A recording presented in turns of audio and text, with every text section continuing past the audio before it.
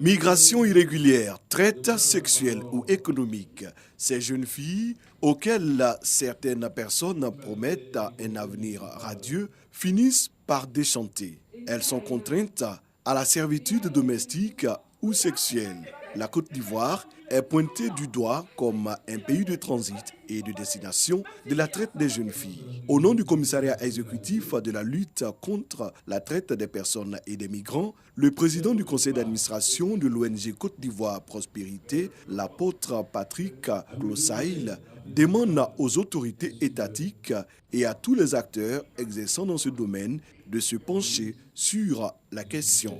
L'organisation plaide pour l'amélioration de la prise en charge des personnes victimes de traite et des migrants. L'État de Côte d'Ivoire fait déjà beaucoup d'efforts du point de vue juridique, du point de vue institutionnel et du point de vue programmatique pour soutenir la traite des personnes. Mais au regard des rapports des partenaires au développement, y compris celui de l'État même et du CTP, il y a encore beaucoup d'efforts à faire.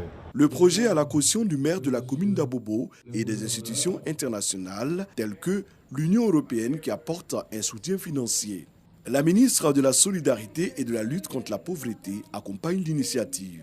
C'est une thématique qui est très chère à la ministre. Elle accorde beaucoup de prix à la question de la traite. Et donc son message, c'est d'accompagner tous les acteurs, notamment toutes les ONG qui œuvrent dans ce domaine-là, de sorte qu'ils puissent être beaucoup plus efficaces sur le terrain. C'est une thématique qui intéresse l'IAN2, donc aussi l'Union européenne, mais ça concerne aussi l'État de Côte d'Ivoire. C'est ça qui nous vaut l'organisation du lancement de cette initiative qui va se dérouler dans le grand sud de la Côte d'Ivoire.